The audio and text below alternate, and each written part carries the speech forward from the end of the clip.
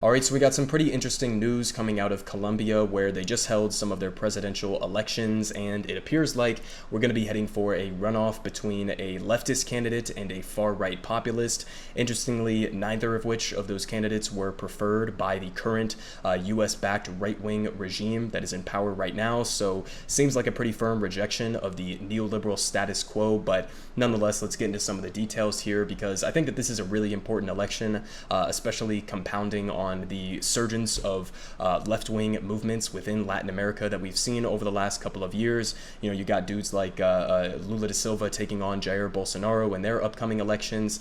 You had Evo Morales' party winning down in Bolivia. You had the Pedro Castillo election in Peru. So clearly seems like there's a lot of left-wing momentum happening in Latin America, and you absolutely love to see it. So some initial details here from CNN. They say Colombia's presidential election appears to be destined for a runoff after preliminary results on Sunday showed no candidate had garnered over 50% of the votes. And they say with 98% of the votes counted, early results showed left-wing candidate Gustavo Petro with over 40% of the votes, the populist former mayor of Bucaramanga, Rodolfo Hernandez with 28%, and right-wing candidate Federico Gutierrez with 23%. So the runoff is going to be between Rodolfo Hernandez, sorry if I'm mispronouncing that, and Gustavo Petro, but we're going to get into some of the previous statements and the policy platform put forward by this far-right monster here, but nonetheless, you see obviously with an advantage here of 40% of the votes, the left-wing candidates seem to have at least a plurality of support, if not an outright majority, which he obviously failed to garner in the initial election, but they continue saying Petro and Hernandez are now expected to face each other during a second round of voting on June 19th.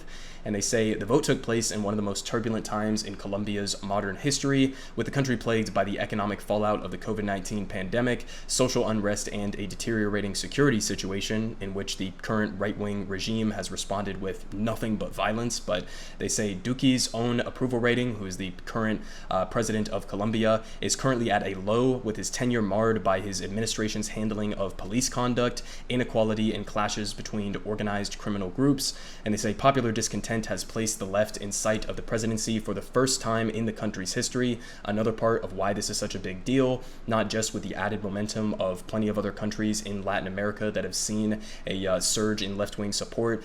Colombia is particularly important because this is really where the United States has had a firm grip on this country for decades now. I mean, again, as they're pointing out here, there has never been a real leftist candidate that has managed to win the presidency in their entire modern history. So you can thank the United States, the CIA, the State Department for helping and aiding and abetting a lot of these far-right dictators and presidents who have, deployed state violence to crush leftist movements. You can thank the United States State Department for a lot of that history, but nonetheless, seems like they're on the verge of trying to change that dynamic here. But they continue saying, still, the preliminary results represent a setback for the 62-year-old Petro, a former guerrilla fighter and mayor of Bogota, who had been widely regarded as the leading candidate.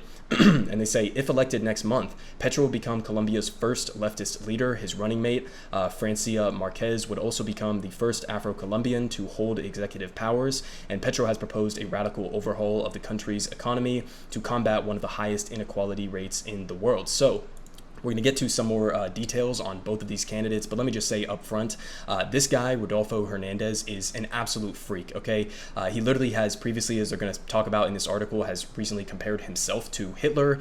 He's basically insinuated that his followers are part of a cult, and, his policy platform is, to say the least, pretty much exactly as ghoulish and right-wing as you would expect. But they say here from the New York Times, Colombia's Trump may be headed for the presidential palace. I'm not usually a fan of doing cross comparisons between U.S. politicians and other figures around the world, but it seems like comparing this guy to Trump is, if anything, maybe an understatement given some of the shit that he is representing and what he has said in the past. But a little bit of details here. They say Colombia's political landscape has shifted remarkably in a matter of 24 hours, and they say for months, pollsters predicted Gustavo Petro, a former rebel turned senator making a bid to be the nation's first leftist president, would head to a June presidential runoff against Federico Gutierrez, a conservative establishment candidate who had argued that a vote for Mr. Petro amounted to a leap into the void. So this was the candidate that was backed by the current president of Colombia. So again, the fact that you had this far-right populist win instead of this preferred establishment candidate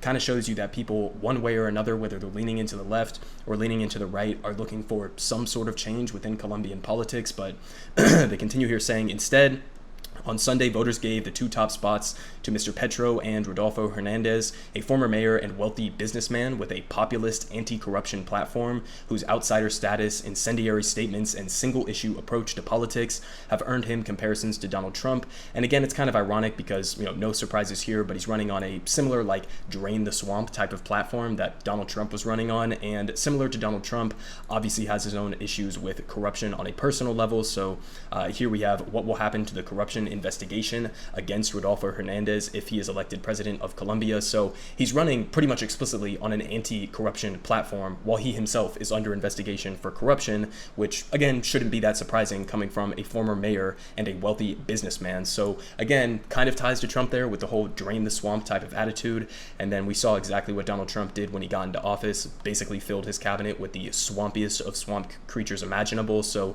wouldn't expect anything different here from Hernandez. But they continue here saying the vote for a leftist candidate who has made a career assailing the conservative political class and for a relatively unknown candidate with no formal party backing represented a repudiation of the conservative establishment that has governed Colombia for generations.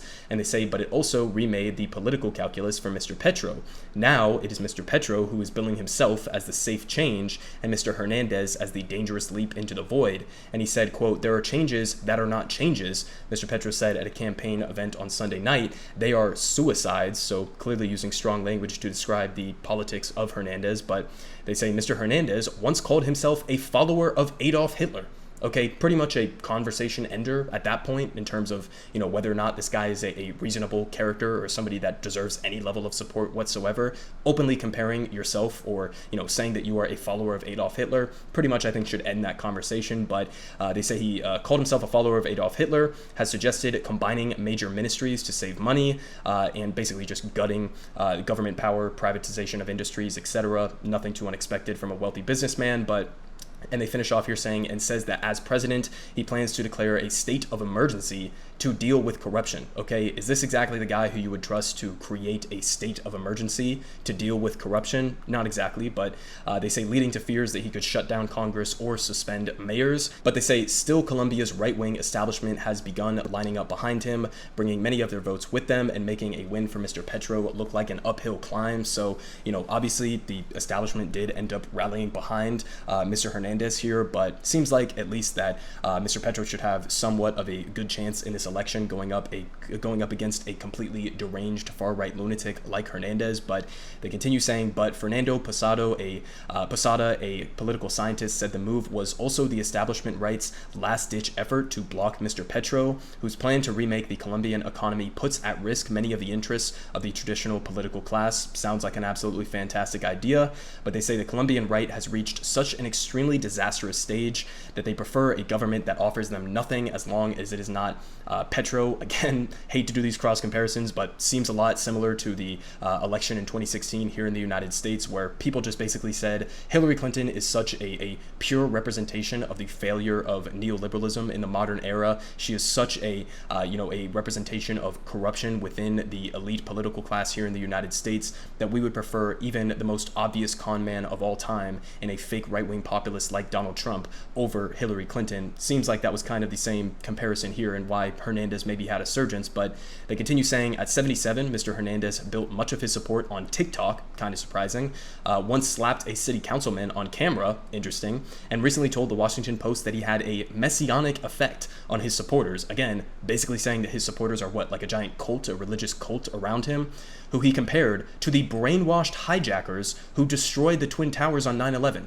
Okay, so he's saying he's a follower of Adolf Hitler. He's saying that his followers are basically a giant messianic religious cult who view him as a cult-like figure, and said that his followers should be compared to the hijackers on 9/11. Okay, and he said, pressed on whether such a comparison was problematic, he rejected the idea, saying, quote, what I'm comparing is that after you get into that state, you don't change your position, you don't change it. So again, a terrible comparison and analogy if you're going to come up with one on this front. But even just disregarding the 9/11 analogy, even just at a fundamental idea, you're saying that your supporters are just brainwashed. You are literally saying that they are, in favor of what your platform is, regardless of what the actual substance is. They're just going to follow you as their cult leader. Not exactly, praise for your own supporters there, but they continue here with more context, saying voter frustration with poverty, inequality, and insecurity, which was exacerbated by the pandemic, along with a growing acceptance of the left following the country's 2016 peace process with its largest rebel group, the Revolutionary Armed Forces of Colombia, or FARC, seemed to shift the dynamic. And they say by 2022, Mr. Petro, long the combative face of the Colombian left, thought this was his moment. And in the months leading up to the May 29th election, voters flocked to his proposals: a broad expansion of social programs, a halt to all new oil drilling in the country dependent on oil exports, and a focus on social justice. And they say the storyline was left versus right, change versus continuity, the elite versus the rest of the country. So it'll be interesting to see how this election plays out. I'll keep you guys updated when we get closer to that June 19th follow-up election that we're going to be seeing between these two candidates. But clearly it seems like there's somewhat momentum within Latin America, South and Central America in the recent elections that we've seen.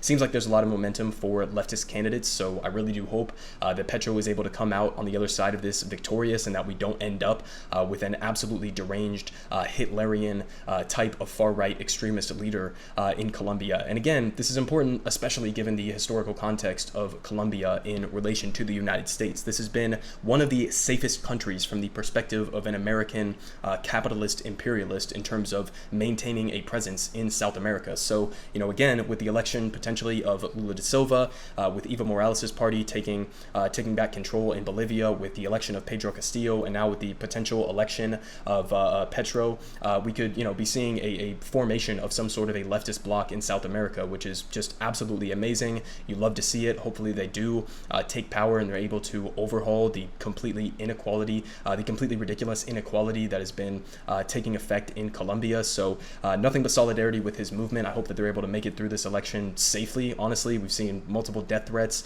launched at both him and his vice presidential nominees. So we'll have to see how this plays out, but seems like some good shit is on the horizon in Latin America right now.